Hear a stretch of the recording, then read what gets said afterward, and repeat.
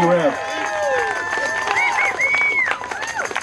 It was an honor to be in that police transport van with Reverend Yearwood.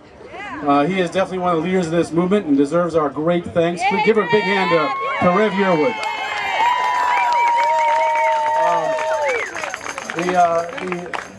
The Reverend mentioned that last night we were together at a meeting of a group called Voters for Peace. And Voters for Peace is a group that puts peace before partisanship. Peace comes first.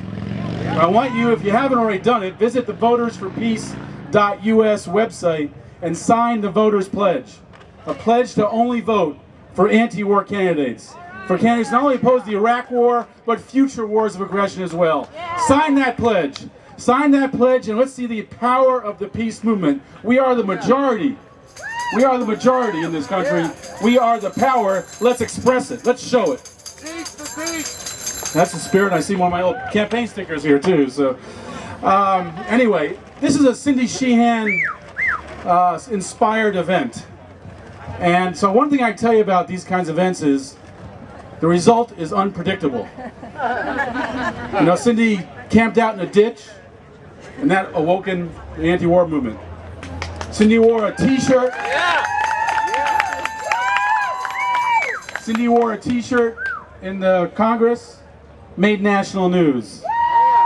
Cindy showed up at a press conference and Rahm Emanuel ran away. So I can tell you what all those steps were. Sitting in a ditch, wearing a t-shirt, showing up in a room. All things that every person here can do. And later today, when we march on Congress, we're going to be asked to do simple things that can have big impacts. So I hope that you'll show the courage and follow Cindy's leadership up there so we can have the impact that no one expects in this unpredictable day. The other thing that today is important about is it's the beginning of a summer of action. A summer of action we're calling the Swarm on Congress. A swarm on Congress.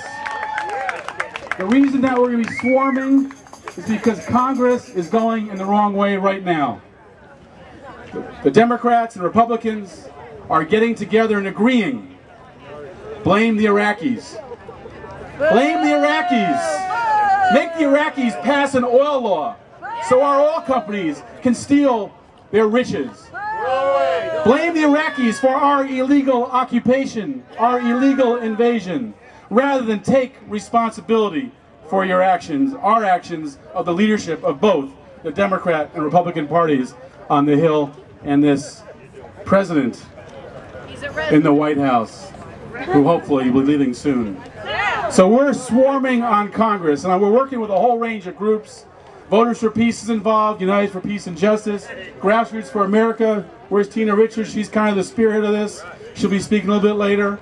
Washington Peace Center. So many groups involved. I see Sue Udry here, by the way, in back. If you're involved, if you're going to be in Washington, D.C. this summer, Sue, raise your hand there. If you're going to be in Washington, D.C. this summer or this week, she has materials for the swarm, making our talking points, our targeted legislators. Pick those up from Sue so you can become an active participant in the swarm. Because the one message I'm going to leave you with is if we work together, we can change the course of history. They always tell us, throughout history, we're always told, you can't do it. You can't have slavery end. It's the most valuable business in the country. Slavery's gone. You can't have women voting. Who knows what they'll do? Women vote. You can't have blacks and whites going to school together. That's impossible. It's happening now. You can't end the Vietnam War. The Vietnam War is gone. We're not going to use the power of the purse. They're using the power of the purse. Every step of the way, the people have made the difference. And today is a historic moment, the beginning of the swarm on Washington, the mother of a march ending at the Capitol, and we're going to do something simple today. We're going to change the course of history. Thank you all for being here.